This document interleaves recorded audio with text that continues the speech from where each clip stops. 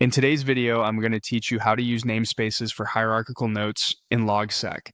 If you've ever wished your notes could live in tidy folders without actually moving files around, namespaces are the way to do it. They let you group related pages under a clear parent-child structure, so you can keep projects, areas, and topics neatly organized and easy to find. First, head to the Logseq website and open your graph. You can do this in the browser or in the desktop app. The process is the same. Once your graph is open, go to your journal. The journal is a great place to capture quick thoughts and create new pages on the fly, and it's perfect for building hierarchical notes as you work. Here's the big idea. A namespace gives a page a parent by using slashes in the page name. Think of it like this: parent-child. The part before the slash is the parent, and the part after the slash is the child. This doesn't move files, it simply tells Logseq how to organize and display the relationship between pages, which makes navigation and search more meaningful over time. To create one, start typing a page link right in a journal block. Use double brackets to make a page link. Inside those brackets, type the parent page name, then add a forward slash.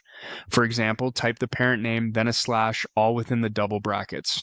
Those slashes are what create the namespace hierarchy. Keep your naming consistent and clear. Short, descriptive words work best.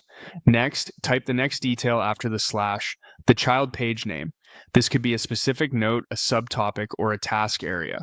You can even keep nesting if needed, like parent, area, topic, as long as it stays useful and readable. When you finish the name and close the brackets, Logseq recognizes it as a linked page. If the page doesn't exist yet, it will be ready to create when you follow the link. Once created, that page will carry its full namespace in the title, which helps you avoid duplicates and keeps related content grouped together. A few tips as you go. Use consistent capitalization so your links match cleanly. Think of the parent as the stable category and the child as the specific item. And avoid overly long names since you'll be typing them often. Remember, changing a namespace later effectively renames the page, so settle on a pattern early. That's it. By using double brackets, a clear parent name, a forward slash, and then the next detail, you've built a clean, navigable hierarchy in Logseq.